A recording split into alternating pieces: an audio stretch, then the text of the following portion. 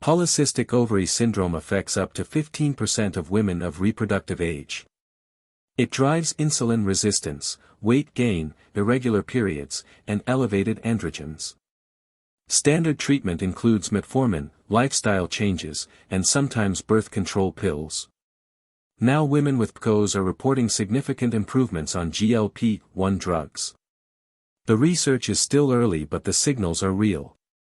A 2024 study in the Journal of Clinical Endocrinology and Metabolism tested semaglutide in women with PCOS and obesity.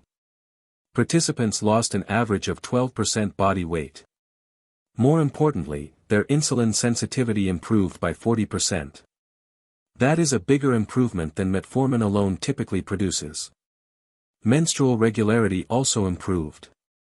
About 60% of participants who had irregular cycles reported normalization within 6 months. Why does this work? PCOS is fundamentally a metabolic disorder in many patients. Insulin resistance drives excess androgen production, which drives the cycle of symptoms. GLP-1 drugs improve insulin sensitivity through a different pathway than metformin.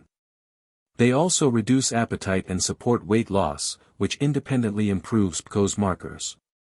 The combination of better insulin signaling and reduced body fat appears to break the cycle for some women. What about fertility? This is the tricky part.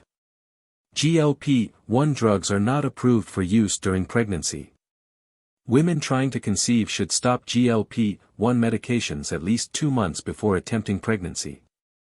But for women with PCOS who are not actively trying to conceive, the metabolic improvements could restore ovulation naturally. That means some women may ovulate for the first time in years while on the drug. If pregnancy is not desired, contraception is essential. The FDA has not approved any GLP-1 drug specifically for PCOS. Prescribing is off-label. Insurance coverage varies. But the data is accumulating, and endocrinologists are increasingly open to the combination of metformin plus a GLP-1 for PCOS patients with insulin resistance and obesity. Talk with your clinician before making any medication changes.